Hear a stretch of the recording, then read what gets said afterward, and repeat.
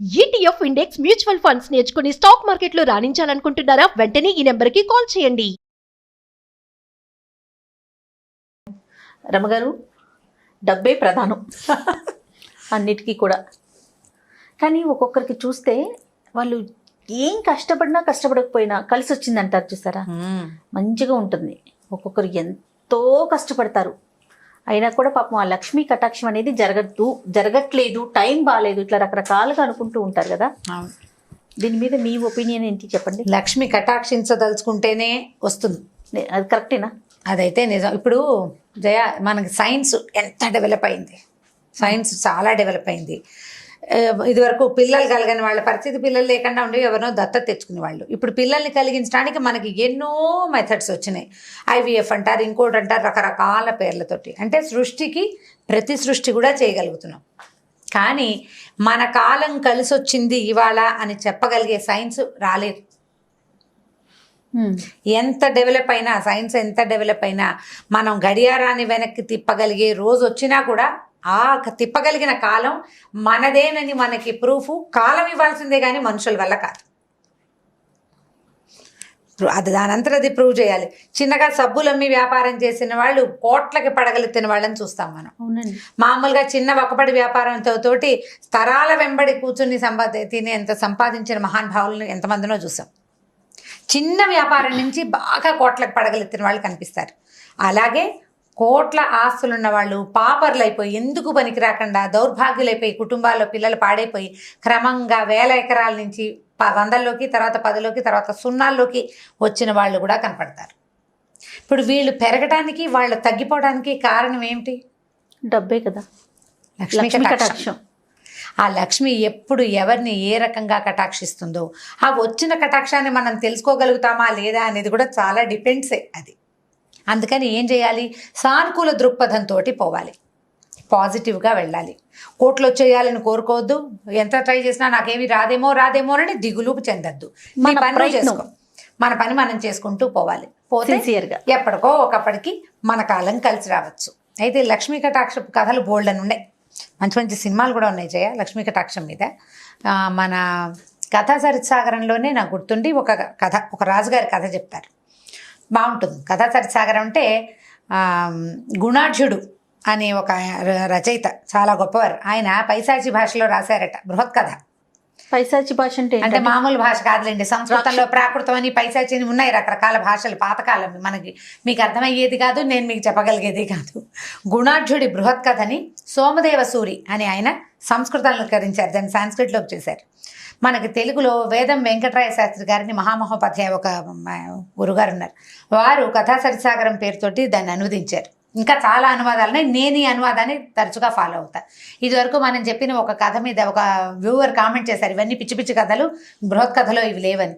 బృహత్ కథలో రకరకాల కథలు ఉన్నాయి, పవిత్రమైన అత్యద్భుతంగా మనం భావించే కథలతో పాటు ఇదేమిటి ఇలా జరుగుతుందా అని ఊహించే విచిత్రమైన కథలు కూడా ఉంటాయి. బృహత్ కథలు, కాశీ మజిలీ కథలు మన కాలం నాటివి కాదు. ఇవాళ మనం ధర్మం, ఇదే ధర్మం అని భావించిన కథలు ఒకప్పుడు ధర్మంగా ఉండకపోయి ఉండొచ్చు. ఆ కాలం నాడు ఏమేమిటి ఎలాంటివి ఉన్నాయో అవన్నీ ఈ కథల్లో కనపడతాయి. ఈ కథా సరిసాగరంలో ఎన్ని రకాల కథలో ఉన్నాయి. అందులో కొన్ని మనకి చాలా సానుకూలంగా, మనకి లైఫ్కి దగ్గరగా అనిపించే కొన్ని ఉంటాయి. ఇలా ఎక్కడైనా ఉంటుందా అని మనకి విచిత్రంగా అనిపించే అద్భుత కథలు కూడా ఉన్నాయి. అవి ఇవి కూడా మనం ఏది మనకి చాలా కరెక్ట్గా అనిపిస్తుందో అదే పాత పెద్దవాళ్ళు చెప్పారని మనకు విపరీతంగా అనిపించిన కథ నేను కల్పించానో మధ్యలో ఎవరో కల్పించారనో మీరు భావించద్దు. కుదిరితే వేదం వెంకటరాయ శాస్త్రి గారు రాసి, నేను ఆవిడ కామెంట్కి నేను మొన్న సమాధానం కూడా పెట్టాను, అది నేను చాలా డిస్టర్బ్ అయ్యాను. నేను క్లియర్గా కథా సరిసాగరం బృహత్ కథ అని నేను చెప్పినప్పుడు నేను చూడకుండా చెప్పలేదు, ఆ పుస్తకమే స్వయంగా నా దగ్గర ఉంది. ఇప్పుడు కామెంట్లు అసలు మీరు అన్నిటికీ అవ్వకూడదు. అంటే ఇప్పుడు ఇలాంటిది ఏంటంటే ఇది రచయితల్ని తప్పు పట్టినట్టు అయిపోతుంది కదా జయ. నన్ను కాదు, అన్ని కామెంట్స్ ని యాక్సెప్ట్ చేయాల్సిందే. ఇప్పుడు వాళ్ళకి ఒక ప్రశ్న ఉంది, ఇది బృహత్ కథలో అయ్యి ఉండదు అని. బృహత్ కథ చదవటం మన వల్ల ఏ వ్యవహారం కాదు. దాన్ని సంస్కృతీకరించిందో ఆంధ్రీకరించిందో మనం చదవగలుగుతాం, మనకు అవకాశం ఉంది. ఇది నేను సముఖంలోనే చెప్పదలుచుకున్నాను. ఆవిడకి ఆల్రెడీ కామెంట్ పెట్టాను, నేను సమాధానం చెప్పాను, ఆల్రెడీ ఆన్సర్ ఇచ్చాను. ఇది నేను ఇప్పుడు ఎందుకు చెప్తున్నానంటే ఇవి పుస్తకాల్లో ఉన్న కథలే కానీ కల్పితాలు, సొంతంగా చెప్పే కథలు కావు. మనం చెప్పే ప్రతి కథ కూడా ప్రతి కథ ఏదో ఒక చోట గ్రంథస్థం చేయబడిందే. ఎవరైనా పెద్దవాళ్ళు రాసిందో, మన ముందు తరం వాళ్ళు రచయితలు రాసినవో, చాలా తరాల ముందు రాయబడి సంస్కృతంలో రాయబడి తర్వాత తెలుగులోకి వచ్చి ఆ తర్వాత మనకు అందుబాటులో వచ్చిన కథలోనే 99% అవే కథలు నేను చెప్తాను. మనకి ఇప్పుడు లైఫ్కి కొన్ని అప్లై అవుతాయి, కొన్ని అప్లై అవ్వవు. అవునండి. కొన్ని అద్భుతమైన కథలుగా విని వదిలేయాలి. అంతే. కథని కథగా తీసుకోవాలి. అందులో రకరకాలు, కాశీనగరంలో ఇలా ఉంటుందంటే కాశీనగరంలో రకరకాలు ఉంటాయి. పైగా ఇవాళ మనకు తెలిసిన పవిత్రమ ఫీలింగ్ ఉన్న కాశీ వేరు, మన తాతల నాటి కాశీ వేరు, మన ముత్తాతల నాటి కాశీ ఇంకో రకం. అవును. మన ముందు తరాల్లో కాపాలికులు వాళ్ళు మామూలుగా ప్రపంచంలో అందరితో పాటు తిరిగేవాళ్ళు. మనం ఇప్పుడు కాపాలికులు ఎవరైనా విచిత్ర వేషధారణ వాళ్ళు ఏదో ఫ్యాన్సీ డ్రెస్ వేసుకున్నట్టు అనిపిస్తుంది. అప్పట్లో సన్యాసులు వాళ్ళు ఊళ్ళల్లో మామూలుగా తిరుగుతూ ఉండేవాళ్ళు. మనకి ఇప్పుడు సన్యాసులు కనిపిస్తే భగవంతుడు శాంతం పాప, మనం భిక్షగాళిగా భావిస్తాం వాళ్ళని. అవును, తెలియదు మనకి. మన ప్రపంచం మారిపోయింది. కాబట్టి ఇదేదో కొత్త కథలు నేను చెప్పేశానని మాత్రం భావించద్దు. కథా సరిసాగరంలోదే ఈ కథ. తప్పకుండా ఈ క్లారిటీ ఇవ్వదలుచుకున్నాను నేను. ఖచ్చితంగా. అయితే ఈ కథా సరిసాగరంలో కొన్ని చాలా కథలు ఉన్నాయి. లక్ష్మీ కటాక్షపు కథలు కూడా కొన్ని కనపడతాయి. ఓకే. ఒక రాజుగారు ఉన్నారట. ఆ రాజుకి పేర్లు అవి చెప్పటం లేదు, బాగా గుర్తు కూడా లేదు నాకు. రాజుగారికి ఏంటంటే ఆయన్ని చాలా సంతోషపెట్టే మాటలు ఎవరైనా మాట్లాడితే 1,00,000 వరహాలు బహుమతిగా ఇచ్చేసేవాట ఆయన. చక్కటి మాట తీరున్న వాళ్ళకి. అయితే ఇలాంటి రాజుని సంతోష పెట్టడానికి ప్రజలు చాలా మంది ప్రయత్నం చేస్తున్నారు. మరి 1,00,000 వరహాలు కదా, సాధారణంగా ఇచ్చేవాడు కదా, అప్పుడప్పుడు ఇచ్చేవాడు. ఇచ్చాడంటే ఇచ్చేస్తాడనమాట, 1,00,000 కొట్టేసినట్టే వాళ్ళు. అయితే ఒకసారి ఒక అతను లబ్ధసత్తుడు అనే ఒక ఆయన ఏమనుకున్నాడంటే ఈ రాజుగారి ప్రాపకం సంపాదించాలని రోజు వచ్చి రాజస్థానం బయటే నుంచునేవాడు. ఆయన కొలువులోకి వస్తూ అతన్ని చూసేవాడు. అతను ఏం అడిగేవాడు కాదు, రాజు ఏం అడిగేవాడు కాదు. రాజుగారు లోపలికి వచ్చేసేవాడు. రాజుగారు ఎక్కడికి వెళ్తే మంది మార్బలం వెళ్ళేవాడుగా, ఆ మంది మార్బలంతో పాటు ఇతను కూడా పోయేవాడు, వెళ్ళేవాడు. అతను కూడా వెళ్ళిపోయేవాడు. అయితే కొన్నాళ్ళకి రాజుగారు ఒకసారి వేటకెళ్ళారు. వేటకెళ్తే ఆ వేటకెళ్ళినప్పుడు ఏమవుతుందంటే ఈ సైనికులు వాళ్ళు వెళ్తారు, తలా ఒక ఆయుధం పట్టుకుని ఎవరి శక్తి అనుసారం వాళ్ళు వేటాడతారు. ఇతను ఈ లబ్ధసత్వుడు ఏం చేసేవాడు, ఒక పెద్ద లావుపాటి ఒక కర్ర, అతను ఆ ఆయుధాన్నే తిప్పగలడు, అంతకంటే పెద్దగా రావు. లాఠీ లాంటి ఒక కర్ర పుచ్చుకొని వెళ్ళి చేతికి అందిన జంతువుని వేటాడడానికి ప్రయత్నం చేశాడు. రాజుగారి దృష్టి అతని మీద పడింది. ఇప్పుడు మనం రోజు ఒక దారిలో వెళ్తుంటే రోజు ఒక మనిషి అక్కడ కనపడుతున్నాడు అనుకోండి, క్రమంగా మొదటి రోజున గుర్తించాం, ఎవ్రీడే చూస్తుంటే గుర్తుపడతాం కదా. ఖచ్చితంగా గుర్తుపట్టిన రాజుగారు ఇతన్ని ఏమీ అనేవాళ్ళు కాదు, అడిగేవాళ్ళు కాదు. ఇక్కడ ఈ వేటాడినప్పుడు ఇతను చిన్న కర్రతోటి ఫైటింగ్ చేశాడు, చాలా జంతువులను చంపాడు, కొన్ని వాటికి యథాశక్తి వేటాడడానికి ప్రయత్నం చేశాడు. రాజు దృష్టిలో పడ్డాడు. ఇంకా కొంతకాలం గడిచింది. ఒక చిన్న యుద్ధం ఏదో వచ్చింది పక్క శత్రురాజులతోటి. ఆ యుద్ధంలో కూడా ఇతను ఆ లాఠీ కర్రతోటే యుద్ధంలో రాజుగారితో పాటు అంగరక్షకులతో పాటు ఇతను కూడా వెళ్ళాడు. యథాశక్తి యుద్ధం చేశాడు, దొరికిన వాళ్ళని దొరికినట్టుగా ఆ కర్రతోటే చావబాదాడు. అప్పుడు కూడా గుర్తిచ్చారు రాజుగారు. సరే, ఆయన ఏమనుకున్నాడు, వీడు కొన్ని సంవత్సరాలుగా వాకిట్లో నుంచుంటున్నాడు, నేను ఎక్కడికి వెళ్తే అక్కడికి వచ్చి యథాశక్తి వాడి చాతురుంచిన సేవ చేస్తున్నాడు, వీడికి ఏమైనా ఇవ్వాలని నాకు ఎందుకు అనిపించట్లేదు అంటే లక్ష్మి వీడిని కటాక్షించాలనుకోవట్లేదు. లక్ష్మి ఎప్పుడు కటాక్షించదలుచుకుందో చూద్దామనుకున్నారు. ఇలా కొంతకాలం గడిచాక ఒకరోజు ఏమైంది, ఈయనకు ఉత్సాహం వచ్చింది ఏదో రాజుగారికి. అతన్ని పిలిచారు, నీకేమైనా పాటలు వచ్చా, పద్యాలు వచ్చా అని అడిగితే ఇతను నాకు పద్యం వచ్చండి, నేను సంస్కృతం చదువుకున్నాను చిన్నప్పుడు. అంటే ఓ పద్యం చెప్పంటే ఒక రాగయుక్తంగా ఒక మంచి శ్లోకం ఏదో చెప్పాడు. రాజుకు చాలా నచ్చింది, బ్రహ్మాండంగా ఉంది, బాగుందన్నాడు. కానీ ఏమి ఇవ్వల. మళ్ళీ ఈయన పోయి రాజస్థానం బయట నుంచున్నాడు. ఇలా కొన్ని రోజులు గడిచింది. ఈ రాజుకు అనిపించింది, ఏమిటి లక్ష్మి వీడిని కటాక్షించదు, ఏదో ఒక సందర్భం వీడికి డబ్బు ఇచ్చేయాలి, నేను ఇవ్వటం లేదు. సరే చూద్దామని ఏం చేశాడు ఈయన, లక్ష్మీ కటాక్షం అసలు వీడికి ఉందో లేదో చూడాలనుకున్నాడు. ఆయన అనుకుని ఒక గుమ్మడి పండు తెప్పించాడు. గుమ్మడి పండు తెప్పించారు. చాలా గుమ్మడికాయలు ఉంటాయి కదా, బాగా పండిన గుమ్మడి పండు తెప్పించి ముచుక దగ్గర జాగ్రత్తగా కోసి ఆ మూతలాగా వచ్చేట్టుగా డిప్పని బయటికి తీసాడు. తీసి ఈ గుమ్మడికాయలో హాలోగా ఉంటుంది, ఖాళీగా ఉంటుంది, విత్తనాలు ఉంటాయి కానీ కాసునే ఉంటాయి. పండిన దాంట్లో ఏమవుతుందంటే కండగా ఉండదు, గ్యాప్ వచ్చి గింజలు ఇట్లా శుష్కించిపోయి దగ్గరకు వచ్చి ఖాళీ ఉంటుంది. ఈయన ఏం చేశాడు, కత్తి పెట్టి ఆ గింజల పాటలు లాగేసి బయటికి దాని నిండా మణులు మాణిక్యాలు పోసి ఈ ముచుకని దాని మీద మళ్ళీ స్థానం ప్రవేశయామి చేశాడు. కరెక్ట్గా కూర్చోబెట్టి ఏం చేశాడు, కాస్త గంధం తడిపి దీనిపైన ఇట్లా రాసేసాడు. గుమ్మడికాయ కానీ రంగులో గంధపు రంగు ఇంచుమించుగా కలిసిపోతుంది. అది ఫ్రెష్ గుమ్మడికాయ లాగానే కనపడుతోంది, కానీ అందులో ఏముందో తెలియదు.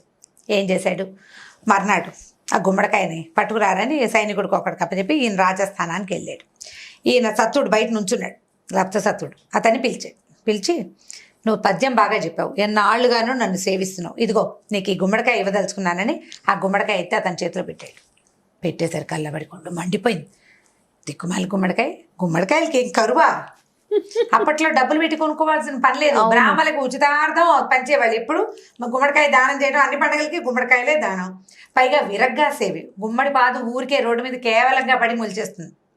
మా ఇళ్లలో అయితే గుమ్మడి పాదులు అసలు పెట్టరు, వాటంతటవే మొలిచి వస్తుంటే ఓ 30, 40, 50 కాయలు కాసేస్తాయి ఒట్టి పుణ్యానికి. అది రోజువారీ తినే కూర కాదు కదా, జబ్బు చేస్తుంది అనుకుంటాం, అప్పుడప్పుడు తింటాం.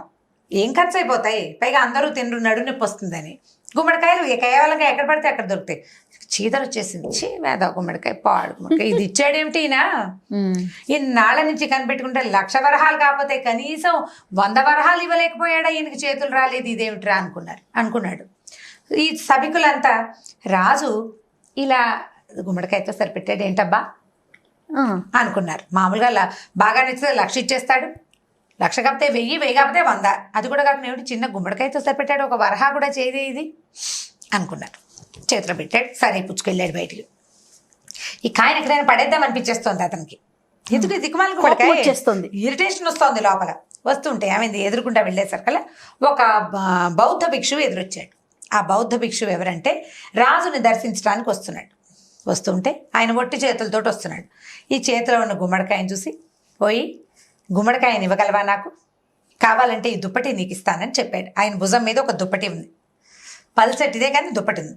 ఈయన ఏమనుకున్నాడు, ఈ బూడిద గుమ్మడికాయ పట్టి, ఈ గుమ్మడికాయ బూడిది కాదులే పాపం, తెల్ల గుమ్మడికాయ, ఏమన్నా పచ్చ గుమ్మడే, ఇది వండుకుని ఒక పూట కూర, దుప్పటి కొనాలంటే 3-4 పూటల కూరలు పెడితే కానీ దుప్పటి రాదని ఈ గుమ్మడి పండు ఎత్తి ఆయన చేతిలో పెట్టి ఈ దుప్పటి తీసుకున్నాడు. దుప్పటి పుచ్చుకుని వెళ్ళిపోయాడు. మన బౌద్ధ భిక్షువు ఈ పండు పుచ్చుకుని రాజస్థానం లోపలికి వెళ్ళాడు. ఈ పండు ఎక్కడిది నీకు అని అడిగాడు రాజుగారు. ఇప్పుడే సత్తుడు ఇచ్చాడు, లబ్ధసత్తుడు ఇచ్చాడు అని చెప్పాడు. లబ్ధసత్తుడు కదా అతని పేరు. చేసరికి అయ్యో వీడికి కటాక్షం కలగలేదు, లక్ష్మీ కటాక్షం, చేతిలో మణిమాణిక్యాలు పెట్టినా ఇచ్చేశాడే. సరే రాజుగారి చేతిలో పెట్టాడు ఈ బౌద్ధ భిక్షువు. ఈయన గుమ్మడి పండు తీసి పక్కన పెట్టుకున్నాడు. దీన్ని గుర్తుగా పెట్టండి రా అని చెప్పాడు. సరే మర్నాడు ఒకరోజు గడిచిపోయింది. నెక్స్ట్ డే మళ్ళీ రాజుగారు అదే గుమ్మడి పండుని పుచ్చుకొచ్చాడు. వాకిట్లో నుంచున్నాడు లబ్ధసత్తుడు. అతను చూడగానే ఏమోయ్ రా, నీకు గుమ్మడి పండు ఇవ్వాలనుకుంటున్నాను అని మళ్ళీ ఆ గుమ్మడి పండు ఎత్తి లోపల చేతులు పెట్టాడు. పుళ్ళు పండిపోతుంది తనకి, ఏం చేయాలో తెలియటం లేదు. సరే ఏం చేశాడు, అది పుచ్చుకొని బయటికి రాజు ఇచ్చాడు, తీసుకోవాలి. మరి ఇప్పుడు ఇచ్చినప్పుడు తప్పదు కదా, ఇచ్చినప్పుడు తప్పదు. ఏది బయటకు వస్తుండే సరిగా ఏమనుకున్నాడు, నిన్నట్లాగానే దీన్ని ఎవరికైనా మారకం వేసేయాలనుకున్నాడు. ఒక రత్నశ్రేష్ఠి అని ఒక శ్రేష్ఠి ఎదురుపడ్డాడు. రాజుగారికి గుమ్మడికాయ కూర పులుసు అంటే ఇష్టం, ఆయన ఇష్టంగా తింటాడు. పచ్చగా నవనవలాడుతుంది, బాగుంది పండు, బ్రాహ్మడికి ఎక్కడో దానం దొరుకుంటుంది అని చెప్పి ఆయన ఏమన్నాడు, ఏమయ్యా ఇది నాకు ఇస్తావా అని అడిగాడు. అడిగేసరికల్లా ఆ ఇస్తాను ఏదో ఒకటి ఇచ్చి తీసుకోండి అన్నాడు. ఈయన ఏం చేశాడు, ఒక చక్కటి పట్టు ఉత్తరీయాన్ని ఇచ్చాడు. ఉత్తరీయం అంటే పైన వేసుకుని పైపంచని చేతిలో పెట్టి ఆ గుమ్మడి పండు తీసుకున్నాడు. ఆ గుమ్మడి పండు పుచ్చుకొని రాజుగారి దగ్గరికి వెళ్ళాడు శ్రేష్ఠి. వెళ్ళేసరికల్లా ఈయనకు అర్థమైపోయింది, ఇది నువ్వు సత్తుడి దగ్గర తీసుకున్నావు కదా అన్నాడు. అవునన్నాడు ఆయన. మళ్ళీ గుమ్మడి పండు తీసి పక్కన పెట్టుకున్నాడు. వీడికి లక్ష్మీ కటాక్షం వచ్చేలాగా లేదు, సరే 3వ ప్రయత్నం చేద్దాం అని అనుకుని 3వ రోజున ఏం చేశాడు, మళ్ళీ గుమ్మడి పండు పట్టుకొచ్చాడు. 3వ ఇచ్చేసరికల్లా సభికులందరూ ఆశ్చర్యపోయారు, ఏమిటి రాజుగారు రోజు ఒక 10 గుమ్మడి పండు ఇచ్చే బదులు 3 బదులు 30 వరహాలు ఇచ్చినా బతికి బాగుపడిపోయేవాడే బ్రాహ్మడు, ఇలా గుమ్మడి పళ్ళు ఇస్తున్నాడు. ఎవరికి నచ్చలా రాజు చేస్తున్న పని. అసలు బాగా మాట్లాడితే చాలా 1,00,000 ఇచ్చేస్తాడు తేరగా, అలాంటిది పాపం ఇంత సేవ చేసాను బడికి ఏమీ ఇవ్వట్లేదు, ఇదేంట్రా అనిపించింది. సరే పండు చేతిలో పెట్టేసరికల్లా వీడికి ఆయనకి విసిరేసేద్దాం, ఎమ్మేసేద్దాం, చాలా రకరకాల భావాలు కలుగుతున్నాయి లోపల. నడుచుకుంటూ పోయాడు. ఏమైందంటే ఒక రాజనర్తకి కనపడింది. ఆవిడేమనుకుందంటే ఆ రోజు రాజుగారు వాళ్ళ ఇంటికి సాయంకాలం నాట్యం చూడడానికి వస్తాడు, అందుకని ఆయన ఆహ్వానించడానికి వస్తుంది ఆవిడ మేళంతో సహా. గుమ్మడి పండుని చూసి అబ్బా చక్కగా ఉంది, రాజుగారికి ఒట్టి చేతులతోటి ఆహ్వానం ఎందుకు, ఆయన ఎలాగో కూర పులుసు ఇష్టంగా తింటాడు అని చెప్పేసి మా అయ్య ఇగో ఈ గాజు ఒకటి తీసుకోండి అని చేతి నుంచి ఒక బంగారు గాజు మురుగు ఒలిచి అతని చేతిలో పెట్టింది. బ్రాహ్మడు కదా, మురుగిచ్చి ఆ కాయ తీసుకుంది. ఆ కాయ పట్టుకుని రాజుగారి దగ్గరికి వచ్చింది. వచ్చేసరికి ఆయనకు దూరం నుంచి అర్థమైపోయింది తనిచ్చిన పండే వెనక్కి వచ్చేస్తుందని. ఎంత ఇవ్వదలుచుకున్నా లక్ష్మి తన దగ్గర వల్లనంటోంది, ఉండనంటోంది. ఇన్ని మణిమాణిక్యాలు పోసిస్తే, మణిమాణిక్యాలు పోసి ఇచ్చినప్పుడు తీసుకుని ఎందుకు ఉంచుకోలేకపోతున్నాడు, కనీసం ఇంటికి వెళ్ళి తరిగి చూసుకుందామన్న ఇంగితం కూడా పట్టలేదే వీడు. కూర వండుకుందాం, మనమే వండుకుందాం, అమ్మేయటం ఎందుకు ఇచ్చేయటం ఎందుకు అనుకోవటం లేదే. ఒకటికి ఎన్నిసార్లు ఇస్తున్నారు కదా రాజుగారు, ఇందులో ఏదైనా మర్మం ఉందేమో అని ఆలోచన కూడా లేదని ఆ పండు రాజస్థానంలోనే వదిలిపెట్టి పోయాడు. 4వ రోజు పొద్దున రాజుగారు మళ్ళీ వచ్చాడు. వాళ్ళ ఈ లబ్ధసత్వుడు మంచి ఉత్సాహంగా ఉన్నాడు. ఎందుకంటే మన బౌద్ధ భిక్షువు ఒక దుప్పటి ఇచ్చాడు కదా పల్చటిది, దాన్ని పంచలాగా కట్టుకున్నాడు. మా శ్రేష్ఠ గారేమో ఒక ఉత్తరీయం ఇచ్చాడు, దాన్ని చక్కగా పైన వేసుకున్నాడు. నర్తకి ఒక బంగారు మురుగిచ్చింది, దాన్ని చక్కగా మెరుగుపెట్టి చేతికి వేసుకున్నాడు. నగలతో చక్కగా దగదగలాడుతూ బాగా కళగా కనపడుతున్నాడు. ఏమోయ్ మంచి కళకళలాడతాం, గుమ్మడి పండు తీసుకుంది కానీ రా అన్నాడు. అనేసరికల్లా ఈసారి ఏమనుకున్నాడు, 3 వస్తువులు వచ్చినాయి, ఏదైనా పెద్ద మార్గం వచ్చినప్పుడే ఈ గుమ్మడి పండుని మార్చాలనుకున్నాడు. ఊరి పిచ్చోడు. అయ్యో. ఈ గుమ్మడి పండుని రాజుగారు అతని చేతిలో పెట్టేసరికల్లా మంచి మార్గం గురించి ఆలోచిస్తున్నాడు కదా, కొద్దిగా ఉత్సాహం వచ్చింది అతనికి. దుప్పటి ఖరీదు, కొనుక్కోలేడు, వస్తువు వచ్చింది. ఉత్తరీయం పట్టుది, అది ఇంకా ఖరీదు. బంగారు మురుగు వీటికంటే ఖరీదు. 4వసారి ఈ రాజు ఇచ్చిన ఈ దిక్కుమాల గుమ్మడికాయ అయినప్పటికీ కేవలమైన గుమ్మడికాయ అయినా పెద్ద మారకం వస్తుంది. ఈసారి ఏ వస్తువుకి దీన్ని మారుద్దామా అన్న ఉత్సాహంతో ఈ పట్టుకుంటున్న వస్తువుని చటుక్కున జారు విడిచాడు. జారు విడవంగానే తొడిమి కాస్త ఊడిపోయి మొత్తం మణిమాణిక్యాలన్నీ దొరిలేసినాయి కిందకి. అప్పటిదాకా ఈ రాజు అంతసేపు వాడు వద్దురా దేవుడా అని ఏడుస్తుంటే ఆ గుమ్మడికాయ ఇస్తున్నాడు. సభికులందరూ చీదరించుకున్నారు రాజుని. ఇంకా 4వసారి విరక్తి పుట్టింది జనాలకి. ఈయన ఇవ్వకపోతే మనమైనా ఇద్దామనిపించింది. ఎప్పుడైతే ఇది పడి బయటకు వచ్చిందో హౌరా అని ఆశ్చర్యపోయారు. 4 రోజుల నుంచి వీడి చేతిలోకి వెళ్ళిన లక్ష్మి 3 రోజుల నుంచి తిరిగి వచ్చేస్తోంది వెనక్కి. నీకు పాత్రత లేదు, లక్ష్మిని అరిగించుకోగలిగే శక్తి లేదు, అందుకే వీడు వలగాదని వచ్చేస్తోంది. 4వసారి అతను తీసుకోగలిగాడు. ఈ పడేసరికల్లా అతను ఉత్సాహం పట్టలేకపోయాడు ఆ వస్తువులు అవన్నీ చూసేసరికి. రాజు అన్నాడు, లక్ష్మి నీ నుంచి ఇన్ని సంవత్సరాలు దూరంగా ఉంది, నీ చేతిలోకి వచ్చినా నువ్వు దాన్ని చూసుకోలేకపోయావు. కటాక్షం అమ్మవారు ఎప్పుడు కటాక్షిస్తుందంటే ఆ టైం వచ్చినప్పుడే నీ చేతిలోకి వచ్చి కూడా పోతుంది. నీ ఎదురుగుండా ఉన్న బంగారు పాతును కూడా నువ్వు గ్రహించలేకపోతావు. నీ దగ్గరకు వచ్చిన అవకాశాలు కూడా నువ్వు కాలదనుకుంటావు. నీ అంతటి నువ్వే, దానికి ఎవరు కారణం కాదు. ఇప్పుడు నువ్వు రాజుని తిట్టలేవు, సభికులను తిట్టలేవు, ఎదురొచ్చిన నర్తకిని తిట్టలేవు, నీ దగ్గర లేదు. అది నిలబెట్టుకునే గుణం అవకాశం నీ దగ్గర భగవంతుడు నీకు పెట్టలేదు, ప్లాన్లో లేదు. అది ఎప్పుడు ప్లాన్ కరెక్ట్గా వస్తుంది, నీకు పాత్రత లభించినప్పుడే ఈ లక్ష్మీ కటాక్షం వస్తుంది.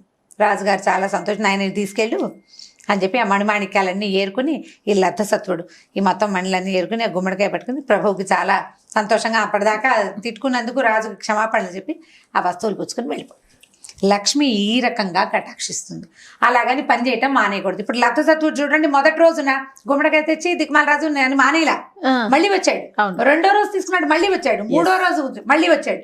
4వ రోజు కూడా మళ్ళీ రావటం వల్లే అతన్ని కటాక్షించింది.